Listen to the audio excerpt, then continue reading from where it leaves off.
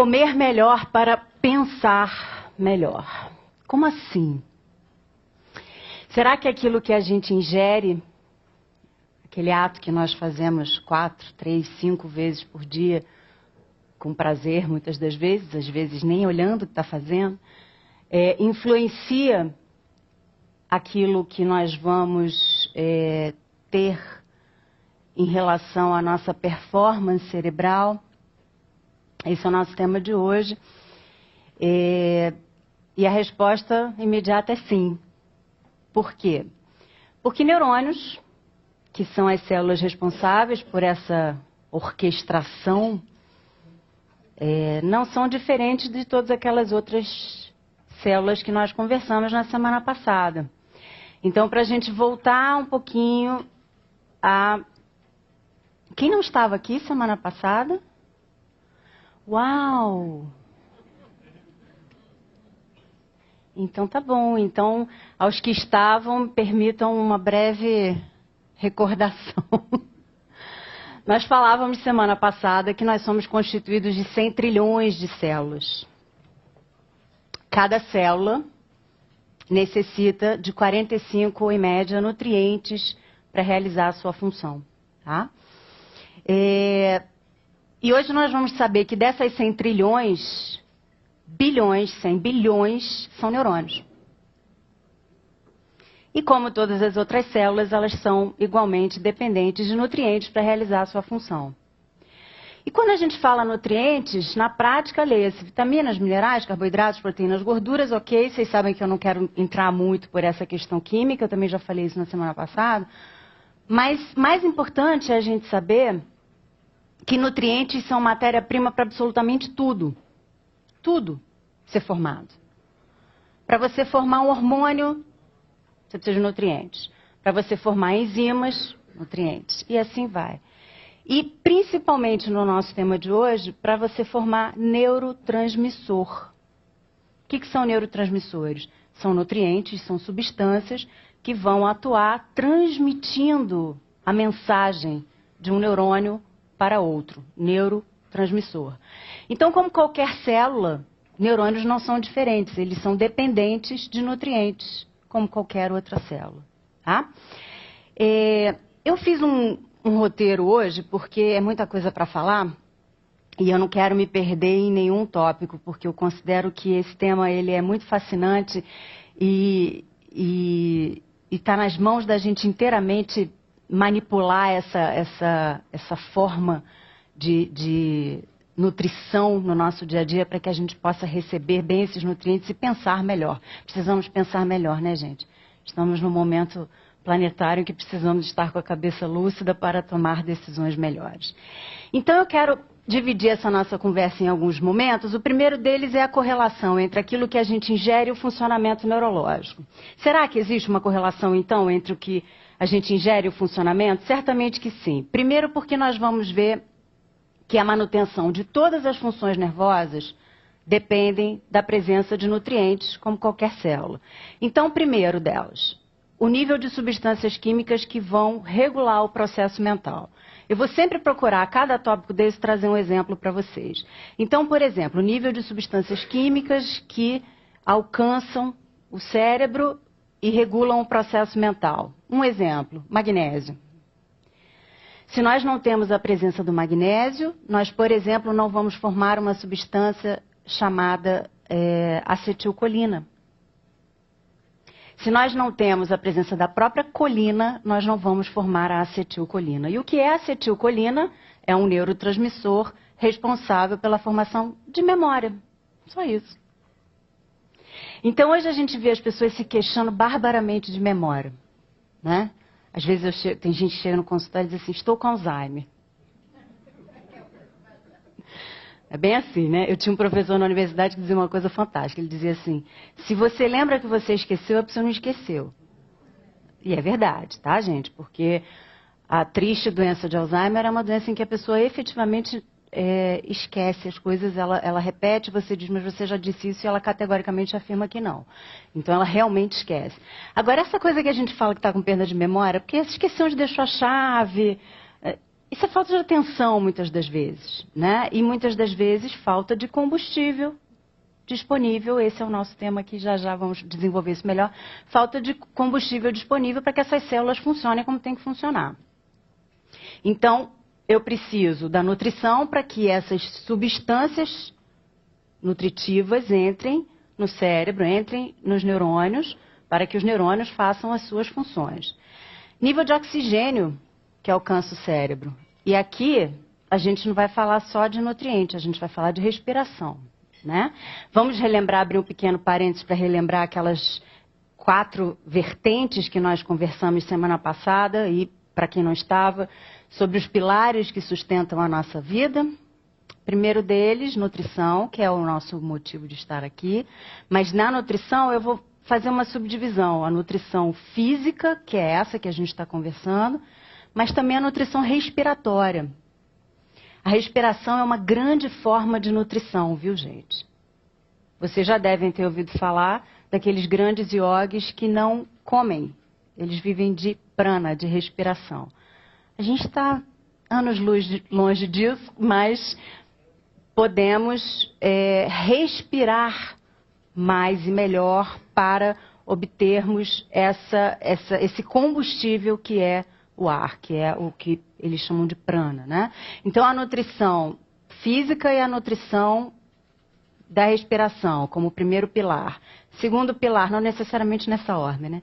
O sono, também falávamos na semana passada da importância do sono, quando eu disse para vocês, por exemplo, que à noite, enquanto dormimos, e se estamos dormindo profundamente no escuro somente, que liberamos a melatonina. Lembram da melatonina?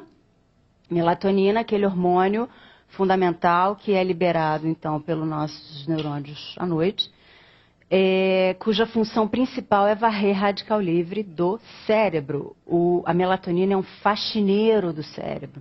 Ele é um grande antioxidante endógeno, nós produzimos essa substância, mas nós só produzimos essa substância, primeiro, se nós estamos bem nutridos, para que a disponibilidade da serotonina exista, porque a serotonina é que vai ser a precursora da melatonina, e a melatonina só é formada se nós estamos no escuro, dormindo.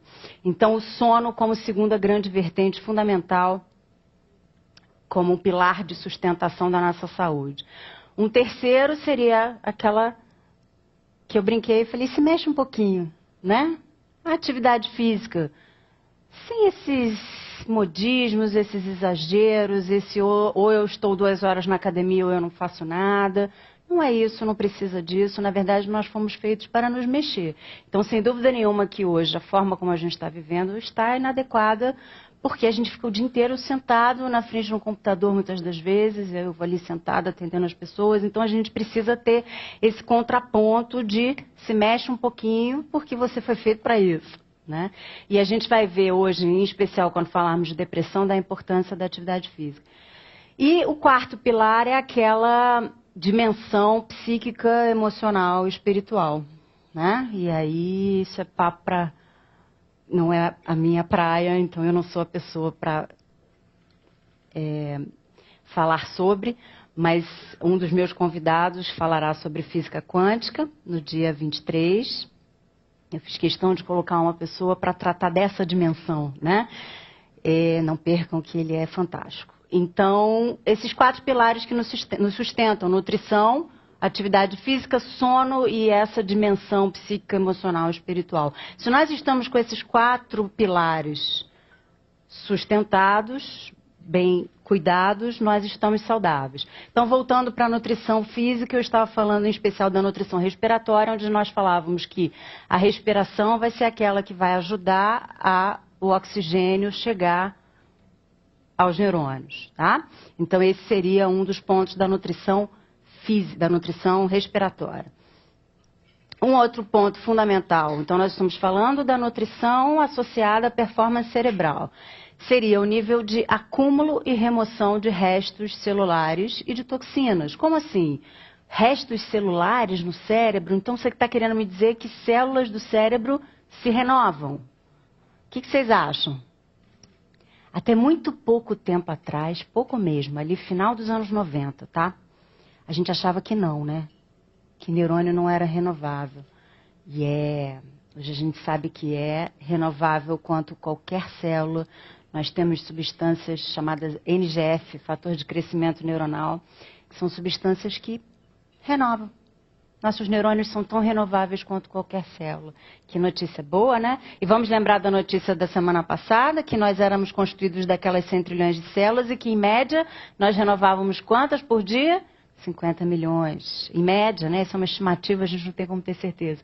Mas que a qualidade dessa renovação era diretamente associada àquilo que ingeríamos, né?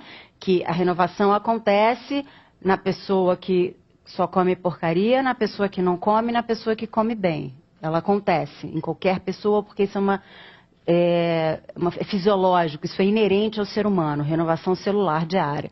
Mas o que a gente quer é uma renovação celular sadia para que possamos criar novas células sadias e não células doentes. E neurônios estão exatamente na mesma categoria. Nós somos capazes de gerar novos neurônios saudáveis se assim o fizermos de acordo com o combustível que ingerimos. Crescimento e renovação neuronal, então, é outra coisa da qual a nutrição é responsável. Se eu me nutro adequadamente, eu vou ser capaz de gerar crescimento de novos neurônios através desses fatores chamados NGF, totalmente dependente da presença de nutrientes. Reparação de danos. Aqui eu vou citar em especial o ácido fólico, que é um nutriente do complexo B, alguns conhecem como vitamina B9, que é uma vitamina cuja função principal é a renovação de DNA. Só isso que ela faz. Que maravilha, né? Então, a reparação de danos celulares, a reparação de danos na expressão genética da célula, o ácido fólico é capaz de fazer isso. Onde é que a gente tem ácido fólico? Já já a gente vai fazer a listinha do bem, mas não posso deixar de falar sobre ele. Folhas verdes. E aí vocês lembram do cardápio da semana passada que a gente viu que o fulano lá não comia nenhuma, né? Tá? Então, uma folhinha verde, laranja, abacate, isso tudo tem muito ácido fólico. Repara DNA, gente. Reparação de dano de qualquer célula, inclusive neurônio. É o ácido fólico atuando. Tanto que vocês sabem, vocês já ouviram falar nisso, e meninas principalmente. Dá-se ácido fólico para a mulher para quê? Para evitar defeito no tubo neural, para evitar que você tenha um feto mal formado, não é isso? Olha aí, por quê? Vocês já aprenderam por quê. Nunca perguntaram, né, para o ginecologista por que tinha que dar um ácido fólico. Por causa disso, para evitar a má formação fetal, porque o ácido fólico é responsável pela organização do DNA, pela reparação, né? Manutenção do funcionamento das mitocôndrias é outra coisa na qual os nutrientes são responsáveis. O que é uma mitocôndria? Mitocôndria é uma área, uma organela, uma área da célula, cuja função principal é ser a nossa usina de formação de energia. Mitocôndria é responsável pela formação de energia em cada célula.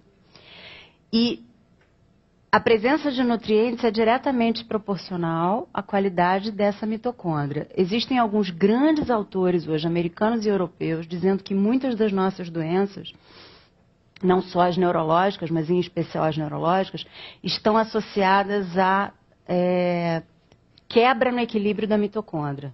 Eles chamam isso de mitocondriopatias, doenças da mitocôndria, tá?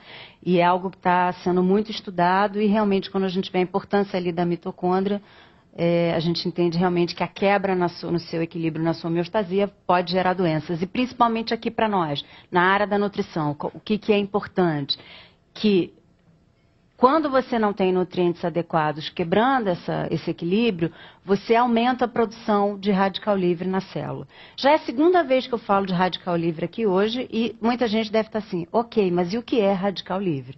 Para quem não estava semana passada. Falei semana passada de radical livre? Falei? Falei um pouquinho, né? Acho que é importante a gente entender, é muito fácil entender. Você diz, química, eu não vou entender, vai entender sim, é muito fácil de entender. 95% a 98% do oxigênio que a gente entra em contato por dia se transforma em água. H2O. H2O de verdade, tá? H2O. Não é aquela coisinha industrializada que estão enfiando goela abaixo da gente, não, tá?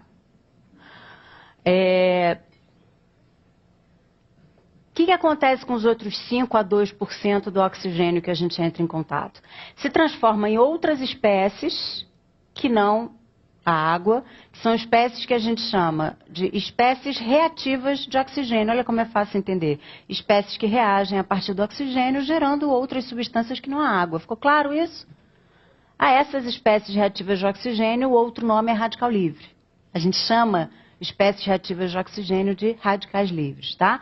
Então, peraí, até 5% de radical livre por dia eu formo? Sim, isso é fisiológico. Porque o radical livre não é tão vilão assim, ele tem o seu lado mocinho. Por exemplo, vou citar um radical livre aqui, H2O2. O que é isso? Peróxido de hidrogênio. Água oxigenada. Qual é a função da água oxigenada? Matar a bactéria. Ué, eu formo água oxigenada no meu corpo? Formo, radical livre. Que coisa boa, peróxido de hidrogênio. Ainda bem que forma, tá? Então, até 5% de formação de radical livre, ou seja, entrei em contato com oxigênio, 5% em média vai se transformar em radical livre. Que bom, é para ser. Agora, quando nós nos nutrimos mal, bebemos álcool, fumamos, estamos em situações de poluição, comemos muitos xenobióticos, que eu tanto falei aqui na semana passada, vou voltar a falar já para quem não estava. Tudo isso quebra esse equilíbrio dos 5%. Nós passamos a formar muito mais do que 5% fisiológico. E aí sim, esse excesso de produção de radical livre passa a ser tóxico para a célula. Conseguimos finalmente entender o que são radicais livres? É fácil entender? Produziu acima de 5%, a coisa ficou esquisita. E como é que eu produzo acima de 5%? Me expondo a todas essas situações anteriores que nós falamos. Estresse, esqueci, é outro grande produtor de radical livre acima do fisiológico. Então, voltando para a relação nutrição e performance cerebral. Quando nós não estamos adequadamente nutridos, e principalmente dos nutrientes que combatem a produção excessiva de radicais livres, que são aqueles que a gente chama de antioxidantes, vitamina C, vitamina E, selênio, zinco, etc., nós deixamos com que esses radicais livres cresçam além dos 5% fisiológico. E isso para o neurônio é bastante tóxico.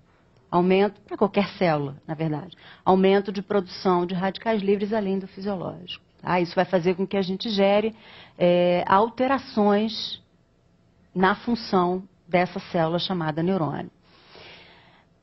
Então, a presença de nutrientes vai fazer com que a gente tenha uma proteção contra essa oxidação. E eu quero em especial dizer para vocês a proteção contra a oxidação de membrana celular. 100 trilhões de células, vamos lembrar o seguinte, a gente está falando de uma organela, a gente está falando de uma estrutura única, né? Cada célula é um universo, tá, gente? Cada célula é uma maravilha. E cada uma dessas células tem uma membrana que a envolve, concorda? Uma cápsulazinha, né? E essa membrana de qualquer célula, não só neurônio, é uma membrana gordurosa, tá? O que envolve a célula é uma capa de gordura. E agora a coisa mais importante. Duas coisas. A gordura que a gente come vai ser aquela que vai se acoplar às nossas membranas celulares. Que coisa importante isso. Se eu só como gorduras hidrogenadas, que nós falamos aqui semana passada, eu vou colocar essa gordura hidrogenada nas minhas células. E a segunda coisa importante, quando eu tenho a disponibilidade da vitamina E, a vitamina E é uma vitamina que a gente chama de lipossolúvel, lipo de gordura, solúvel em gordura, é uma vitamina que gosta de gordura, tá? Ela abraça a membrana, protegendo essa gordura celular, essa gordura de membrana, de sofrer a ação do radical livre. Porque tem os radicais livres que adoram a gordurinha. Então, se nós temos produção exagerada de radicais livres, eles vão atacar onde? nossa membrana celular, se essa membrana celular não estiver protegida com antioxidantes, principalmente os lipossolúveis, por exemplo, a vitamina E, o radical livre entra dentro da célula, gente. Boa, isso aí. Que é tudo que a gente não quer. Tá? Então, a nutrição vai proteger essa membrana celular de evitar que o radical livre ataque essa membrana celular. Neurônios, a mesma coisa. Proteção contra acúmulo de proteínas tóxicas, de substâncias tóxicas. Nós estamos o tempo todo em contato com substâncias tóxicas e no nosso próprio processo de digestão a gente está produzindo substância tóxica. Tá? Então precisa haver um mecanismo de faxina, e existe, maravilhoso no nosso organismo.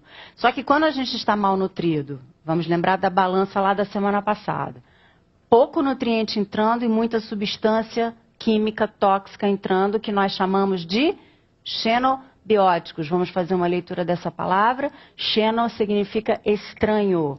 Estranho à biose, estranho à vida. O que na prática é um xenobiótico? Corante, conservante, aromatizante, adoçante, agrotóxico, pesticida, poluição. Praticamente tudo que a gente se expõe hoje em profusão. Então, quando nós nos nutrimos pouco, que é o que está acontecendo com a gente hoje, a gente está comendo cada vez mais comida sintética, industrializada, que não traz nutriente. Em contrapartida, traz muita substância química tóxica. O que acontece? A gente sobrecarrega os nossos sistemas dessas substâncias tóxicas. E sem a presença de nutrientes adequadamente, a gente vai perdendo essa capacidade, essa habilidade de jogando essas toxinas fora. E isso para o neurônio, gente, quanto mais toxina nós mantivermos dentro do organismo da gente, mais intoxicação mental a gente vai ter, se é isso que eu posso traduzir no final das contas. Né? Por isso que o tema é comer melhor para pensar melhor. Então, existe, por exemplo, um tipo de proteína chamada beta-amiloide, que é uma substância muito associada hoje, a gente vê presença de placas beta-amiloide em pessoas com Alzheimer. E isso está diretamente associado ao padrão nutricional desse indivíduo. Quanto menos nutrido e mais intoxicado ele está, mais placas beta-amiloide ele forma. Ué, Luciana, então o que você está dizendo aí? Que Alzheimer tem uma relação direta com aquilo que a gente come? Não tenho dúvida disso. Tá? Não tenho dúvida disso. Outra relação da nutrição com a proteção neurológica, ação anti-inflamatória. Lembra que eu falei para vocês semana passada que tudo que quebra a homeostasia da nutrição vai gerar inflamação e produção de radical livre. Neurônio não é diferente. Outra função principal dos nutrientes, formação e manutenção da bainha de mielina. Quem lembra da bainha de mielina, aquele fiozinho encapado, né? Que é o responsável pela conexão entre um neurônio e outro.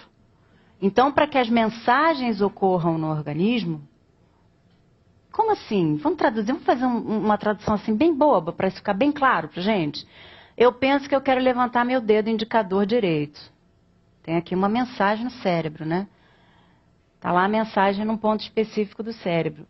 Existe toda uma conexão aqui para que esse movimento seja feito, tá? Isso se chama neurotransmissão, ok? E quem é que faz isso? Que condução nervosa é? Através de onde passa essa condução nervosa? Através daquilo que a gente chama de bainha de mielina.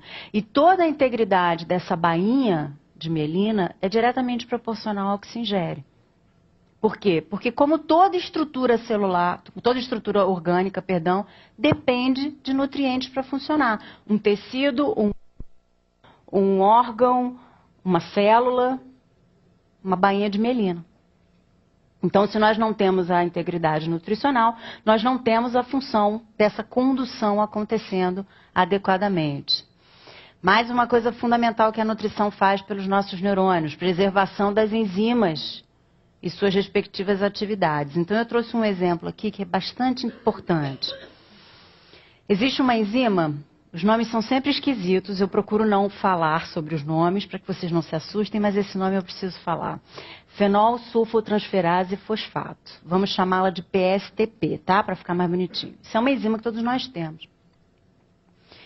Ela é responsável por detoxificar uma substância chamada cresol, que é uma substância que acontece no nosso processo fisiológico normal, liberado pelas bactérias do nosso intestino, que nós também falamos da importância delas na semana passada.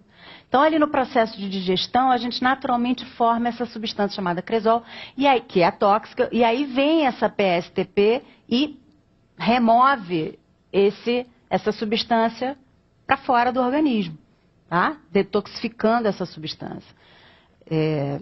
E aí, o que acontece? Nós vemos hoje que crianças com hiperatividade têm deficiência dessa enzima.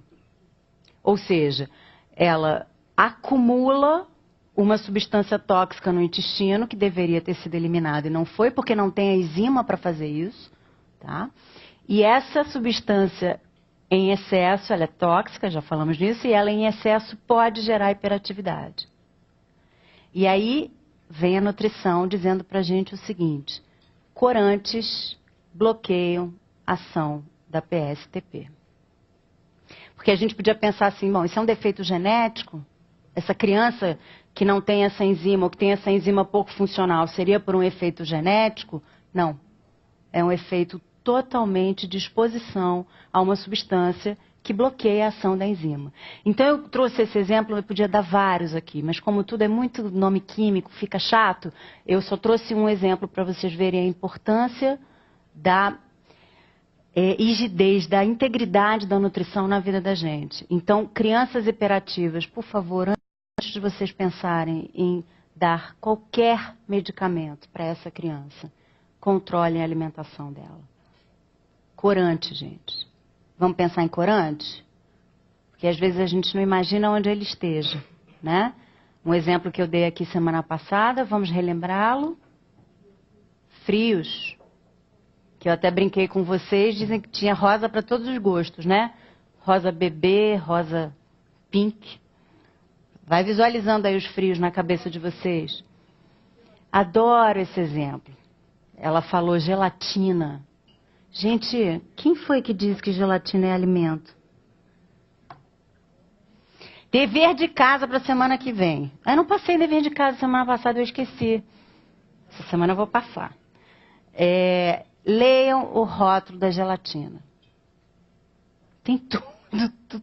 Corante, conservante, sabor artificial, acidulante, adoçante se for dietética, açúcar se for comum. O que é? Quem precisa disso para viver, gente? E criança come gelatina em profusão. E os pais dão achando que aquilo é um alimento bom. Ah, não comeu nada. Anota a tua perguntinha para o final, por favor. Não comeu nada, mas pelo menos comeu uma gelatina. Né? A gente pensa assim. A gente pensa assim. E aí, o que ela comeu? Um corante que vai bloquear uma enzima responsável, por exemplo, por detoxificar o organismo dela. E depois ela fica... Aí você quer prender a criança, né? Aí você vai dar medicação para sedar a criança. E, gente, isso tá sério. Tá sério. O uso de medicação para criança, existe uma estatística que agora eu não vou saber reproduzir, mas uma estatística muito séria, assim, o alto nível de consumo de medicações em crianças, porque estão com depressão, ou com déficit de atenção, ou com hiperatividade, ou tudo um pacote só. Então, antes de qualquer ida ao psiquiatra, por favor, revejam a alimentação dessa criança, tá? Então, esses são alguns dos tópicos importantes para a gente falar sobre a relação da nutrição com a nossa manutenção celular, algumas em especial da manutenção dos neurônios. Ok, e o que é a inadequação nutricional? O que ao eu não ingerir adequadamente alimentos, gerará em mim? Especificamente agora falando da questão neurológica. Por exemplo, depressão. Aí vocês vão dizer, ih, Luciana, forçou, né? Dizer que depressão pode ter origem nutricional, você forçou a barra. Não, gente. Por quê? Porque nós já sabemos, vocês já estão craques nisso, que toda célula para funcionar depende de nutrientes. Então, muitas das vezes, vocês vão ver, é claro que a gente tem diagnósticos e diagnósticos de depressão, a gente tem graus de depressão, né? Eu estou falando daquela pessoa que chega ali na minha frente e diz assim, eu estou sem vitalidade para fazer as minhas atividades diárias, eu estou deprimido. Esse indivíduo, muito antes da gente pensar em mandar para um psiquiatra para fazer um tratamento medicamentoso, a gente deve repensar essa nutrição e aqueles outros 3 pilares que nós falamos ainda há pouco. Mas aqui a minha praia é a nutrição, então vamos nela. Por quê? Porque muitas das vezes ela não está deprimida, ela está desnutrida. Porque se não tem combustível adequado, não tem vitalidade. E vocês sabem qual é o oposto da depressão, né? Eu gosto muito de perguntar isso para todas as pessoas que me dizem que estão deprimidas. Qual é o oposto da depressão?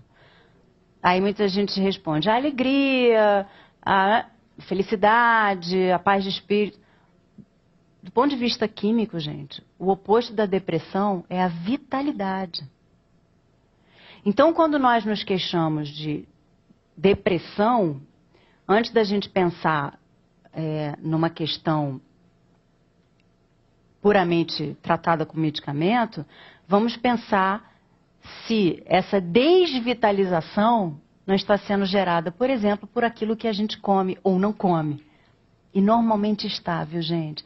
São quase 16 anos de clínica vendo gente saindo da depressão de uma forma muito comovente. Tá?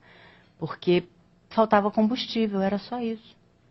Agora, claro que nós não vamos ser levianos de dizer que só a nutrição vai tratar uma depressão. Tá? Então, normalmente, e claro que depende também do grau de depressão que esse indivíduo apresenta. Tá? Eu normalmente trabalho com psicólogo junto comigo, e aí a gente faz o trabalho em conjunto, e é muito interessante porque o próprio psicólogo diz assim, não, tem que passar primeiro pela nutrição, porque sem a nutrição o indivíduo não tem escuta terapêutica.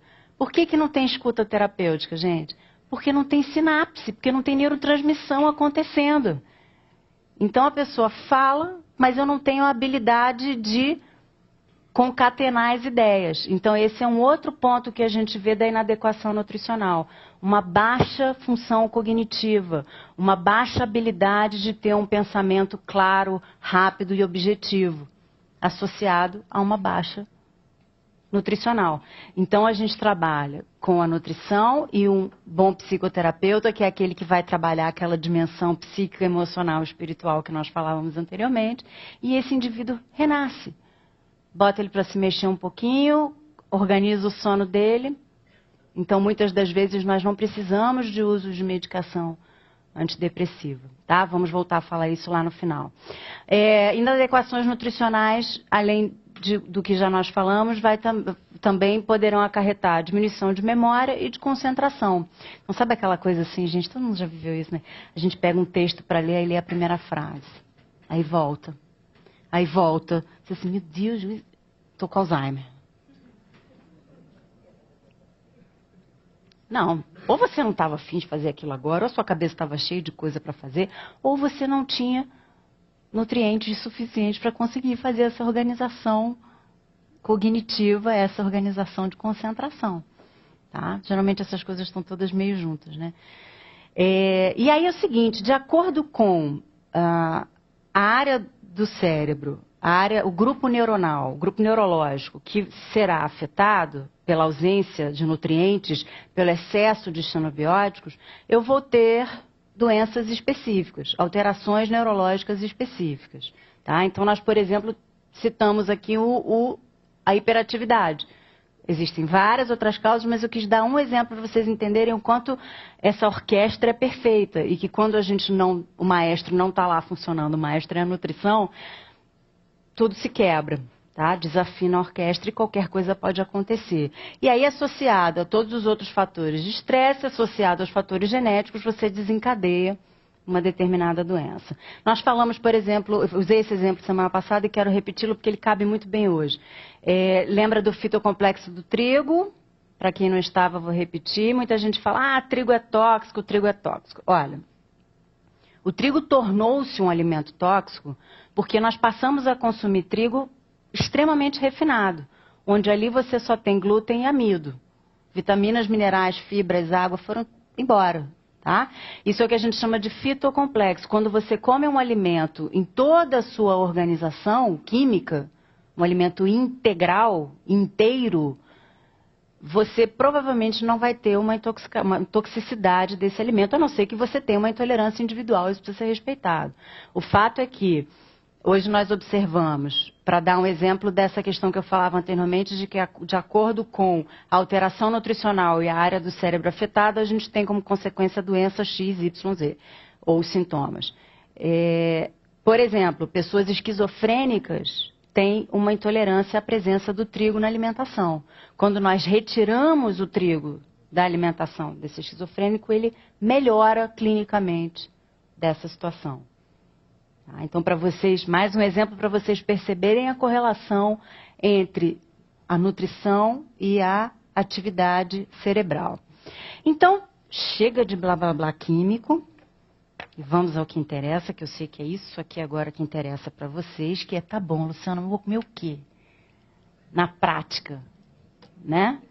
É que eu preciso do blá blá blá químico, viu, gente? Não consigo ficar sem ele. Como uma pessoa amante da bioquímica, vocês já sabem disso, né? Preciso dela para dar o suporte que vem agora. Então, se eu pudesse listar alguns alimentos-chave, alguns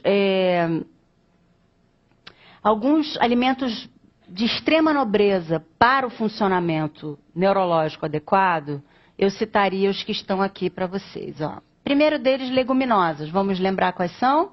Feijões, lentilha, ervilha, grão de bico. Soja é uma leguminosa, mas lembremos que da soja o ideal são subprodutos fermentados e coagulados da soja. Soja inteira é boa para biodiesel. Tá? Então, leite de soja, farinha de soja. A mulher oriental lá que não tem câncer de... Não tinha, né? Câncer de mama, problema de menopausa... osteoporose. O que essa mulher come desde que ela se entende por gente? Soja. Mas que tipo de soja que ninguém disse? Miso e tofu. Soja fermentada e soja coagulada. Miso fermentado, tofu coagulado. Tá? Que é o que nós ocidentais não comemos. Então, miso e tofu das leguminosas. Então, por que leguminosas são tão importantes para o funcionamento neurológico? Por vários motivos, eu quero citar um. Colina, já falei dela aqui hoje. Colina é uma vitamina do complexo B, bastante abundante nas leguminosas, cuja função principal é formar um neurotransmissor chamado acetilcolina. Acetilcolina, neurotransmissor, vamos ver, neurotransmissor de quê? A memória não tá boa. Memória. A acetilcolina é a responsável pela formação de memória. Então, peraí, se eu comer feijão, se eu der feijão para minha mãezinha que está lá com memória fraca, ela vai se beneficiar com isso? Certamente. E o que fizeram com os nossos velhinhos, gente? Disseram para eles que eles não podem mais jantar e eles têm que comer pão light, com frio light, com leite de soja light, né? Dê uma sopinha de lentilha para sua mãezinha, para o seu paizinho, para você, seu filho, por exemplo, tá? Então, leguminosas, altíssima nobreza do ponto de vista de sustentação neurológica. Agora, vamos dar um macete? Pausa para a culinária, faz parte. Muita gente se queixa de gases, né? Formação de gases com o consumo desses alimentos. Eu tenho 2 macetes para dar para vocês que vocês observem se isso melhora, tá? Primeiro deles, sempre deixa de molho esses grãos de um dia para o outro. Vocês já viram uma espuma que fica no dia seguinte? Aquilo ali tem que ser jogado fora. Aquela água tem que ser trocada no dia seguinte, tá? Então você lava bem essa leguminosa que foi deixada de molho no dia seguinte, joga água fora, lava bem e aí coloca nova água para o cozimento. E a segunda dica é, tente consumir leguminosas longe de proteínas animais. Isso muitas das vezes funciona. Sabe aquela velha mistura de feijão com carne? Ela pode ser bastante explosiva. para a maioria das pessoas, tá? Então, se observe, é aquilo que eu sempre falo para vocês, né? É difícil dar essas receitas porque elas são... Eu trabalho com o conceito da individualidade bioquímica, né? Onde cada pessoa que está ali na minha frente é um universo. Então, não tem igual para todo mundo, né? Mas essas dicas servem para que vocês se observem. E aí, de repente, você fazendo esse macete de comer o grão que foi previamente deixado de molho e a água foi trocada. Você comer um grão que não foi associado a nenhuma proteína animal. Talvez ali você tenha um benefício digestivo melhor, tá? Recebendo adequadamente esses nutrientes maravilhosos desses grãos que a gente quer para, por exemplo, proteger o nosso sistema neurológico. Ovo. Já falei a beça dele aqui semana passada, vou falar de novo, né? Ovo é uma célula viva, né? Uma célula, como toda célula viva, riquíssimo em nutrientes. Tá? Agora, nós estamos falando de uma célula viva, então nós estamos falando de uma galinha que foi o quê? Feliz, né? Vocês já sabem disso, tá? Uma galinha que foi feliz e, consequentemente, colocou um ovinho feliz, nutrido, poderoso, cheio de antioxidante. Então, por favor, quando eu estou falando aqui em ovo, não é aquele ovo que você dá uma batidinha assim, ele já desmanchou todo, não, tá? Aquela clara é aguada, aquela gema é bege, aquela casca parece um papel. Isso aí você esquece. Tá? Porque essa galinha que produziu esse ovo estava bem tristinha, definitivamente. Tá? Então, o ovo que a gente chama de caipira, né? O ovo, por exemplo, tem muita colina também. E você sabe, o grupo que mais se beneficia com o consumo de ovo? Os idosos. Justamente aqueles que foram proibidos de comer ovo. Eu contei isso aqui, já vou contar de novo, que é legal essa história. Eu tenho pacientes velhinhos que choram quando a gente diz que ele vai comer um ovo todo dia. Chora de felicidade. Que ele adora ovo, o corpo dele pedia ovo e ele não comia com medo. O corpo dele pedia, gente. Atenção a isso, o corpo pede. Vocês vão ouvir muitos idosos dizendo, ai, que vontade de comer um ovinho quente. Adoro essa pergunta. E o colesterol? Vamos falar dele, parênteses para falar do colesterol. Perguntas no final, viu, gente? Senão a televisão lá briga comigo. Mas, de qualquer forma, vamos pegar o gancho. Colesterol, vamos falar dele. Colesterol é uma substância inerente aos animais e aos humanos. Por quê? Porque quem fabrica colesterol é um órgão chamado fígado. Ainda bem que ele forma. Tá? O nosso fígado e o dos animais, nós aqui especificamente, formamos em média 200 a 300 miligramas de colesterol todos os dias. Por quê? Porque o colesterol, gente, é uma substância fundamental para a formação de milhares de outras substâncias. Por exemplo, se eu não tenho colesterol, eu não tenho formação de hormônio sexual. Estrogênio, progesterona, testosterona. E aí eu vou aqui citar o meu grande mestre Hélio Povo, que brinca sempre nas aulas dele, dizendo o seguinte, imagina como é que a vida ia ser sem graça, sem colesterol. Você não fabrica hormônio sexual. Tá? Então, para formar hormônios sexuais, você precisa da presença de colesterol. Para você absorver determinadas vitaminas, vitamina A, vitamina D, vitamina E, você precisa da presença do colesterol. Então, gente, o organismo é sábio. A gente não fabricaria uma coisa que não fosse fundamental para o nosso organismo. Então, o fígado fabrica em torno de 200 a 300 miligramas todos os dias e joga na corrente sanguínea para isso. Para fazer essa formação de várias substâncias importantes. E aí o colesterol virou um vilão, né?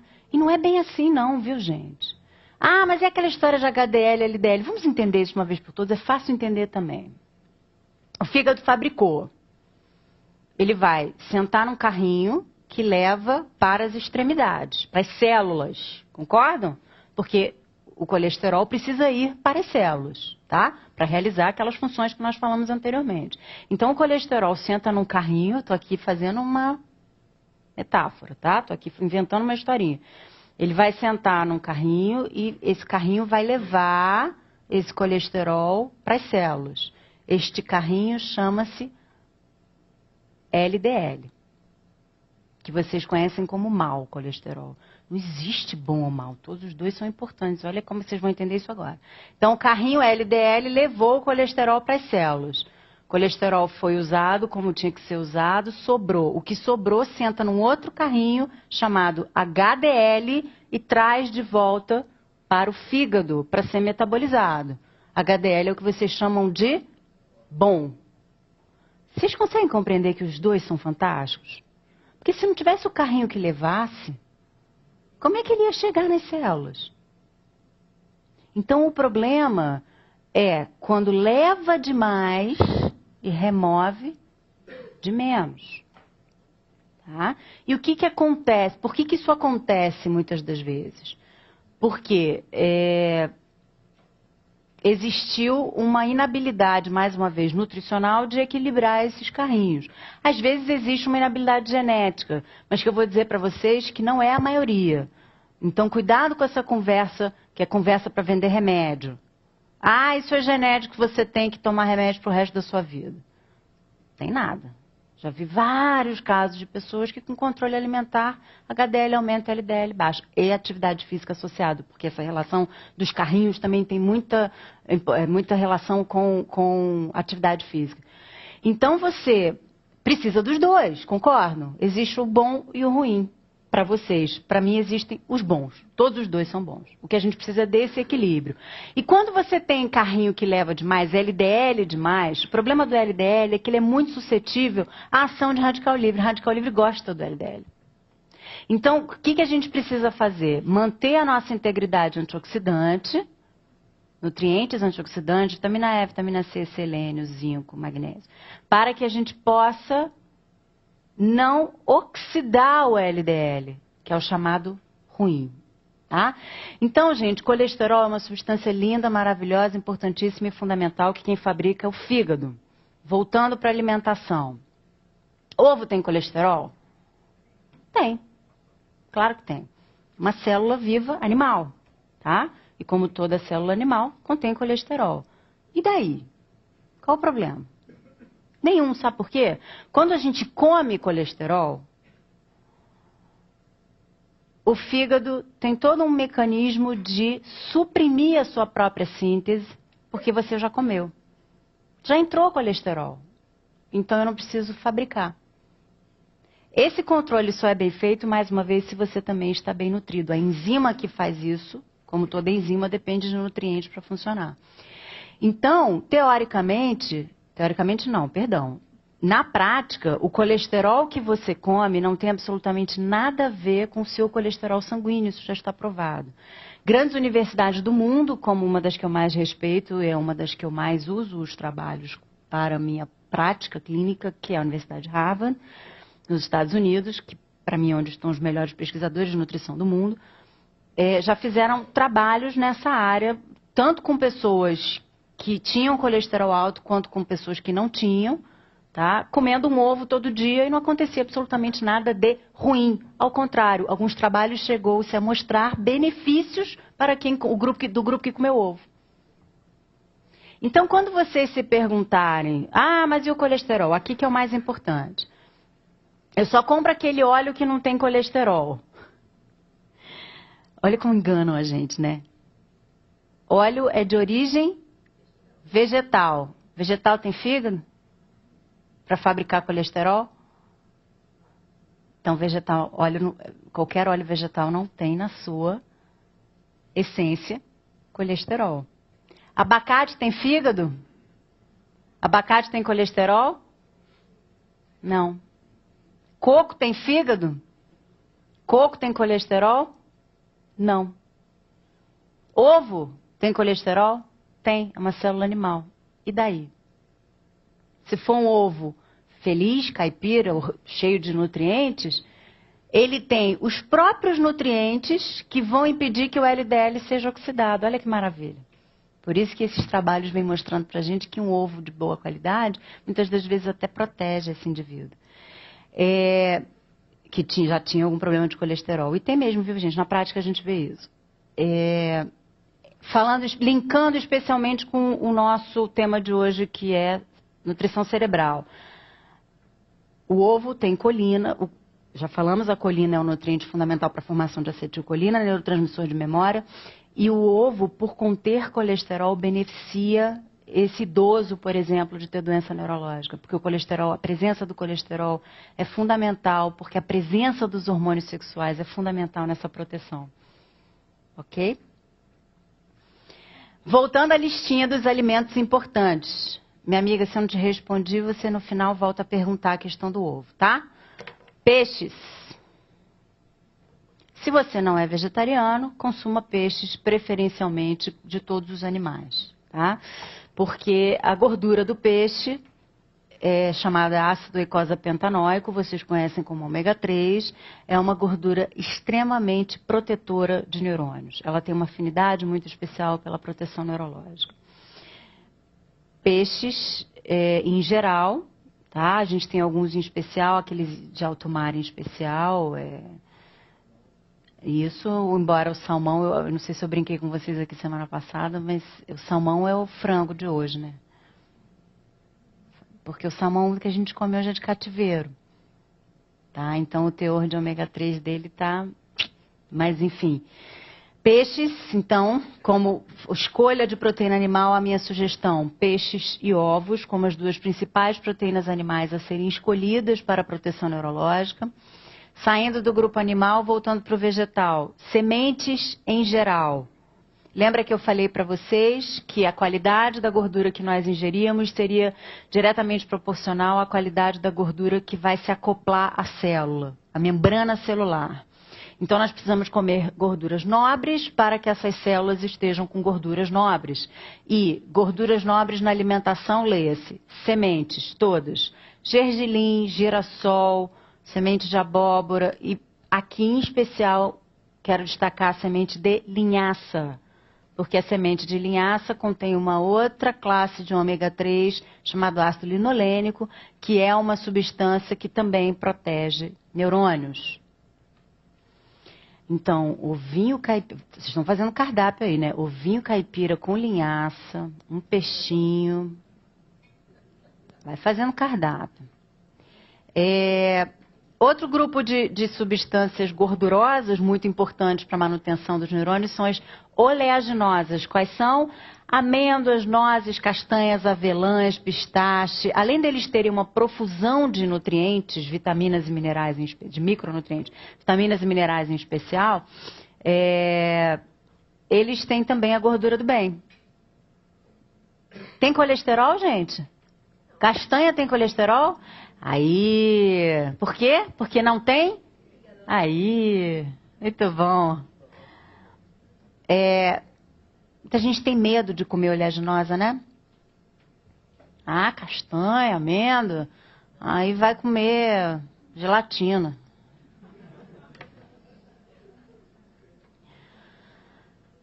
E eu quero pegar esse gancho disso que eu falei agora para relembrar o que falamos na semana passada e falar para quem não estava que o que a gente precisa comer é comida, gente. É o que a natureza deu pra gente. E não essa quantidade de coisa sintética, absurda, que estão chamando de comida. Comida, né? Frutas todas em geral, porque frutas vão trazer todas as profusão de antioxidantes enormes, principalmente a vitamina C e os flavonoides, mas eu quero dar um destaque especial para o açaí, por causa da gordura do açaí, tá? Que é também uma gordura neuroprotetora. Folhas verdes, em geral, já falamos e reitero aqui.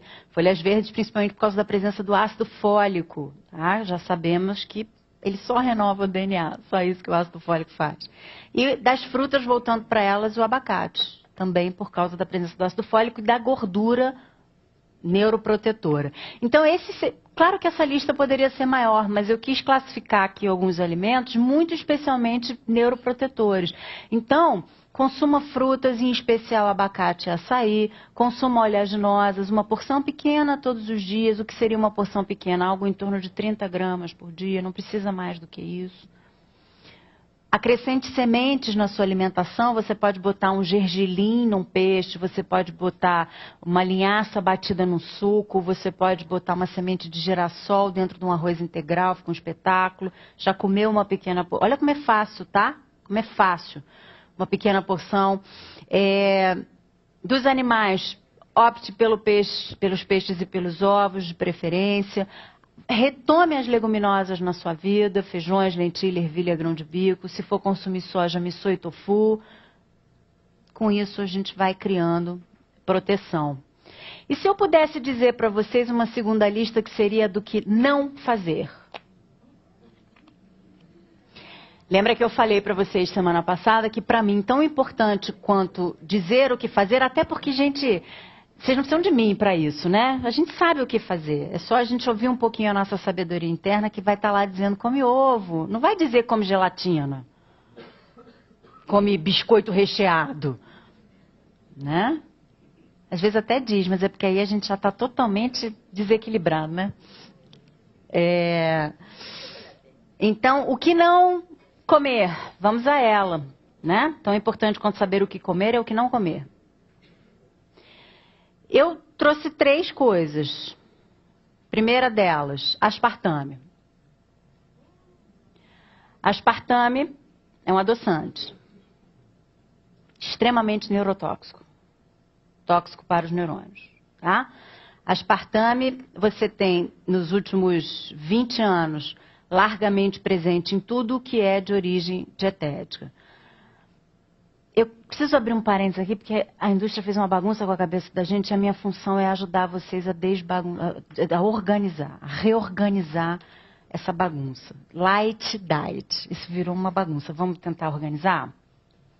Vamos na definição primeiro, né? Por definição, produto diet dietético é aquele que seria isento de alguma coisa.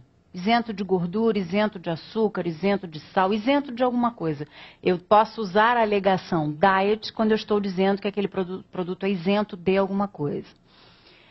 Light é uma alegação que significa que aquele produto é reduzido em alguma coisa. Reduzido em até 25% quando comparado com o convencional. Tá? Então, reduzido em gordura, reduzido em açúcar, reduzido em sal, reduzido. E aí vocês veem hoje, por exemplo, refrigerantes que são, vocês vão lembrar disso, que antigamente chamava-se diet, passou a chamar light, primeiro light, né?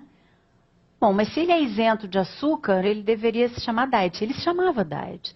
Mas o que eles começaram a entender na indústria? Que a alegação diet parecia que era para doente, para diabético. E olha como o termo light é um termo light, né? É um termo suave, é um termo leve na sua tradução. Então eles perceberam que o termo light era mais adequado para que você consumisse. Então eles passaram a chamar de light coisas que eram diet. Então isso fez uma bagunça na cabeça da gente, porque aí, né? Então, como é que a gente sai da bagunça? Vocês já aprenderam? Lendo ingredientes. Leia o rótulo dos alimentos na parte que está escrito ingredientes. Que aí vocês vão identificar que tipo de substância tem ali. Se é açúcar, se é adoçante, ok? Isso é o mais importante. Voltando ao aspartame. Então, o aspartame é um adoçante que foi lançado no mercado em 1981. Ele é bem novinho e ele é tão profundamente enraizado na nossa alimentação, né, como algo importante. E ele tem uma ação altamente tóxica para os neurônios, porque nós temos uma substância no cérebro. Na verdade, eu vou falar agora de 2 substâncias juntas. Então, a segunda substância tóxica é o glutamato monossódico. O glutamato monossódico é um sal, tá? Sintético, muito também largamente presente em tudo que é salgado e industrializado. Eu vou falar dos 2 juntos, porque, na verdade, a ação neurotóxica deles é a mesma. Então, por isso que eu vou explicar quimicamente os 2. Nós temos 2 grandes neurotransmissores no cérebro, que são 2 aminoácidos, chamados aspartato e glutamato. Nós temos isso. São os 2 maiores neurotransmissores cerebrais.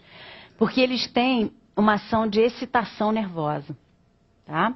Excitação no sentido de trazer para o neurônio a capacidade dele funcionar. Então, nesse momento aqui, por exemplo, todos os nossos neurotransmissores excitatórios estão acontecendo. Eu porque estou raciocinando para estabelecer aqui o diálogo com vocês, e vocês porque estão me ouvindo e estão concatenando as ideias para aprender a apreender e depois trazer as dúvidas. Então, a gente está nesse momento com a nossa neurotransmissão excitatória a todo vapor. Muito nesse momento que está atuando é o aspartato e o glutamato, tá? Que são dois neurotransmissores, então, inerentes, abundantes e fundamentais para nós.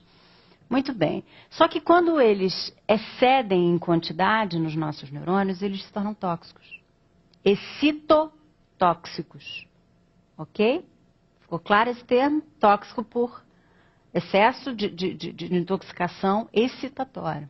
Tá?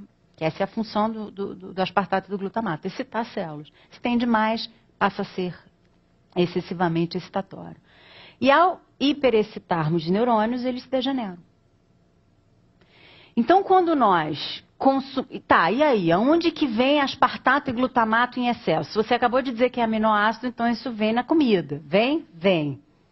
Mas vem naquilo que também não é comida. Que a gente convencionou chamar de comida, mas que não é comida. Que é o aspartame e o glutamato monossódico. Quando nós consumimos aspartame, nós aumentamos a concentração de aspartato. Quando nós consumimos glutamato monossódico, nós aumentamos a concentração de glutamato para essas células, causando excitação nervosa. Se ficou difícil, anote a pergunta que eu repito depois nas perguntas, tá? Porque isso é uma químicazinha que nem sempre é fácil da gente pegar da primeira vez. Então, vamos saber o que essas duas substâncias fazem em alguns detalhes, além de serem neurotóxicas e citotóxicas, como vocês já viram. Elas aumentam a produção de radical livre. Que vocês já sabem que em excesso são substâncias deletérias para as células. Causam morte celular. E aqui eu estou falando de neurônio. Ah, mas neurônio é renovável. Toda célula é renovável, mas você quer jogar fora as tuas tão rápido assim? Deixa para morrer quando tiver que morrer, deixa para renovar quando tiver que renovar. Né? Processo fisiológico natural. Eles aumentam a liberação, a presença dessas duas substâncias na célula, aumentam a liberação de uma substância chamada cortisol. Cortisol é um hormônio chamado hormônio de estresse, que a nossa suprarrenal, nossas glândulas suprarrenais, ali em cima do rim, fabricam normalmente cortisol. Em situações de estresse, a gente fabrica cortisol demais, tá? Isso é um processo fisiológico. Quando consumimos aspartame e glutamato monossódico, nós aumentamos a liberação desse hormônio chamado hormônio de estresse. E vocês já ouviram falar num remédio chamado cortisona? Corticoide? O que acontece com uma pessoa que consome cortisona? Ela engorda, ficou com aquela carinha... Ela engorda, ela ganha peso. Ela altera todo o seu metabolismo insulínico, glicose e insulina, podendo... Se é longo prazo de uso de corticoide, ela ficar diabética. E aí, peraí, vamos fazer o link então? Aspartato e glutamato aumentam a liberação de cortisol, que é um hormônio que me engorda? Vocês comem aspartame para quê? Doce ilusão que venderam pra gente, né? Além disso, essas duas substâncias... agem principalmente num local do cérebro. Lembra que eu falei ainda há pouco para vocês, dependendo de onde a substância tóxica atuar, a gente vai ter uma doença específica, um sintoma específico. Aspartato e glutamato atuam principalmente no núcleo hipotalâmico. O hipotálamo é um das nossas partes nervosas fundamentais, né, gente? O hipotálamo é um centro nervoso responsável por quase tudo. Controle das emoções, orientação no tempo e no espaço, enfim, hipotálamo é o que nos confere vida, né? E existe um núcleo de nome estranho chamado arcuates, que é um núcleo dentro do hipotálamo que é responsável pela regulação do nosso apetite. Os neurônios que são degenerados em presença do aspartato e do glutamato são os neurônios desse núcleo. Responsável pelo quê? Pelo apetite. E o hipotálamo é responsável pelo controle das glândulas endócrinas. Para que eu não fique obeso, para que eu não fique diabético. Tá? Então, aspartame e glutamato monossódico causam alteração endócrina. Além disso, muitos de vocês vão ouvir muita gente dizendo assim, quando vocês começarem a pesquisar, e eu faço questão que vocês Sugiro que vocês pesquisem, procurem saber mais sobre isso. Não acreditem no que eu estou falando, não. Pesquisem, pesquisem. E vocês vão ver muitos autores dizerem assim, mas o aspartato e o glutamato não atravessam a barreira que a gente chama de hematoencefálica, a barreira que protege o cérebro, tá? Teoricamente, não atravessaria mesmo. Só que quando a gente não está bem nutrido, todas as nossas mucosas, tecidos, não estão íntegros. E sabe-se que a própria presença do aspartato e do glutamato em excesso desloca nutrientes, magnésio principalmente, que vão fazer com que a gente perca essa integridade de barreira. Então, a própria presença deles degenera a barreira, tá? E faz com que eles entrem, sim, dentro da célula nervosa. Essas duas substâncias estão também associadas a reações alérgicas. Ó, gente, assim, ó, alergia e enxaqueca.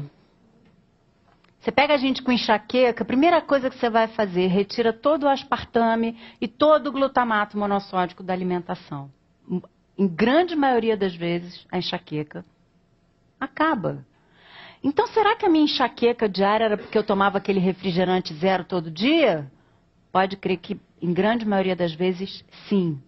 Então, se você sofre de enxaqueca, se você tem alguém que sofre de enxaqueca por perto, faça a investigação de retirar todo e qualquer produto que contenha esses dois nomezinhos, aspartame e glutamato monossódico. Pessoas alérgicas, idem.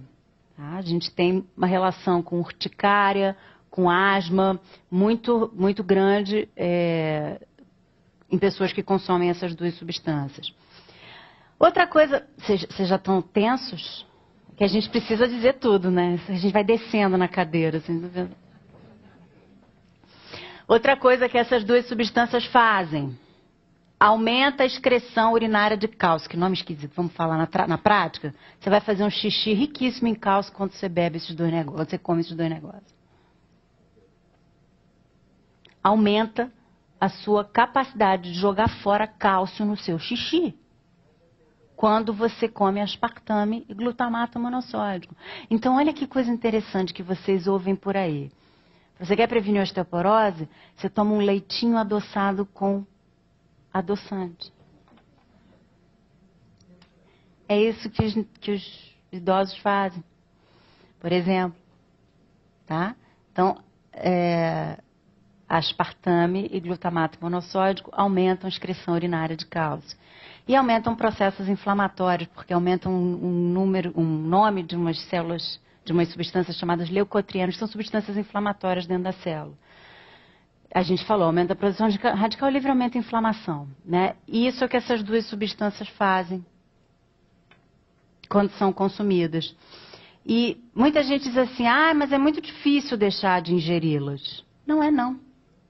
Basta com que você comece a fazer essa identificação, esse carinho com que você vai comer. Começa a olhar para o que você está comendo. Você está comendo comida, você está comendo coisa. Né? Coisas sintéticas, produzidas em laboratório, né? Em indústria de alimentos. Tá? Então, essas duas primeiras substâncias são as duas que eu chamaria a atenção do que não comer para não termos problemas neurológicos. Segunda substância, margarina, que também já falamos bastante dela aqui, vamos falar um pouquinho mais. Margarina, leia-se tudo que é gordura vegetal hidrogenada, tudo que é gordura vegetal interesterificada, esse nome vocês vão ler por aí também, é a mesma coisa, tá? Gordura trans é a mesma coisa.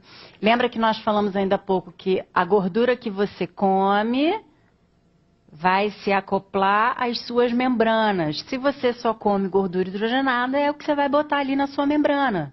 E gordura hidrogenada aumenta o processo inflamatório, gerando produção de radical livre, fazendo com que a célula, com que essa membrana se degenere e o radical livre entra dentro da célula. E por fim, vou voltar ao início da semana passada, do que não comer. Xenobiótico, eu acho que a gente traduz tudo no final, porque essas três substâncias, aspartame, glutamato monossódico e margarina, não são alimentos. São substâncias estranhas à nossa fisiologia. São substâncias feitas na indústria de alimentos com essa alegação de que pode trazer algum benefício para a gente. Um realça sabor, o outro adoça, o outro fica lá na prateleira um tempão sem oxidar.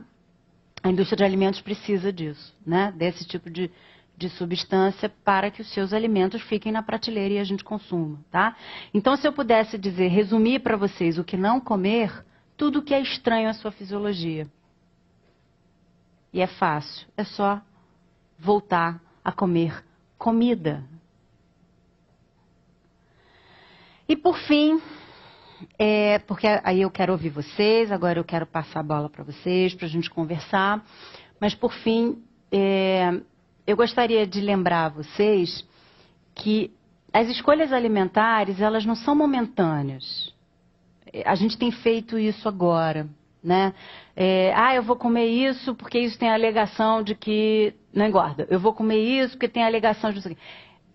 Essa coisa cartesiana, esse raciocínio alopático, né? Esse raciocínio quadrado, ele não se aplica à nutrição. Quando a gente começa a aplicar esse raciocínio à nutrição, a gente dança, porque a gente cai nessa esparrela que a indústria está tentando vender para a gente. Então, amplia a visão para o seguinte, a nutrição não é uma escolha momentânea, ela é um processo. E um processo que vai se dar muito facilmente quando a gente interage de volta com aquilo que a natureza nos deu. Comida. Então, é entender a nutrição como um processo e não como escolhas pontuais e momentâneas, porque senão a gente fica muito cartesiano e não é essa a proposta. Então, esse é o primeiro raciocínio que eu gostaria de dividir com vocês.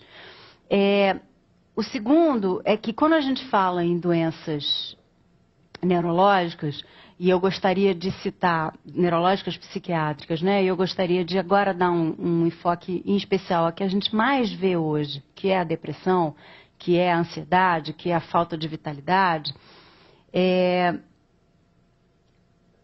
Repensa aqueles 4 pilares de sustentação.